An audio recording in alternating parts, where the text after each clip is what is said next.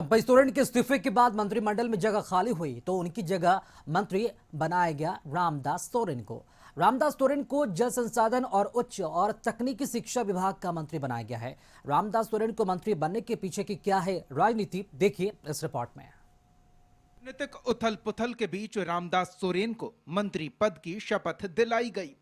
Kolhan tiger Champai Soren ने जब JMM को अलविदा कहा तो उनकी काट ढूंढी जाने लगी और नाम सामने आया रामदास सोरेन का। राज्यपाल संतोष गंगवार ने राजभवन में रामदास सोरेन को मंत्री पद की शपथ दिलाई। इसके बाद रामदास सोरेन सीधे पहुंचे शिबू सोरेन के आवास और फिर कहा कि जो जिम्मेदारी मिली है उसे पूरा करेंगे।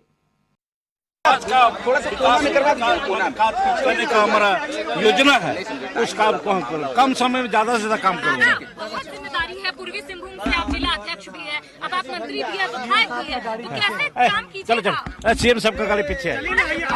रामदास सोरेन को मंत्री बनाया गया है उस जगह को भरने के लिए जो चंपाई सोरेन के पार्टी छोड़ने की वजह से खाली हुई है। रामदास सोरेन कुल्हान इलाके के बड़े नेता हैं। वे फिलहाल घाटशिला से जेएमएम के विधायक हैं। इसके जरिए कोशिश है आदिवासी वोटरों को यह दिखाने की कि पार्टी में सब कुछ ठीक ठाक है, साथ ही बगावत को थामने की कोशिश भी है। रामदास सोरेन को चंपाई सोरेन का करीबी माना जाता है और उन्हें मंत्री बनाकर संथाल आदिवासी समाज को साधने की कोशिश की गई है। मंत्री बन्ना गुप्ता ने कहा कि जमीन से जुड़े नेता को मंत्री बनाने से जेएमएम कोल्हान इलाके में मजबूत होगा।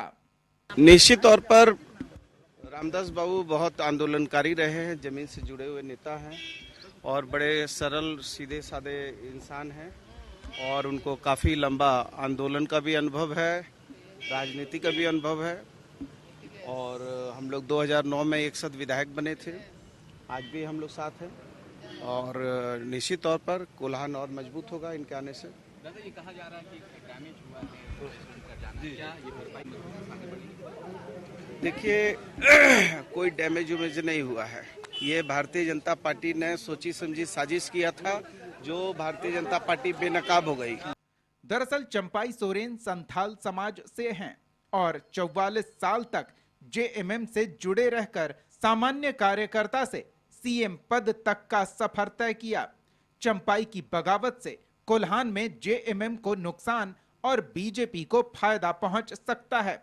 इसलिए रामदास सोरेन को मंत्री बनाकर न सिर्फ पूर्वी सिंहभूम जिले को महत्व दिया गया है बल्कि कोल्हान इलाके को साधने के प्लान पर काम शुरू कर दिया गया है। हालांकि इस प्लान का कितना असर होता है और चंपाई की कमी को रामदास कितना पूरा कर पाते हैं, ये चुनाव नतीजों से ही स्पष्ट होगा। ब्यूरो रिपोर्ट, कशिश न्यूज।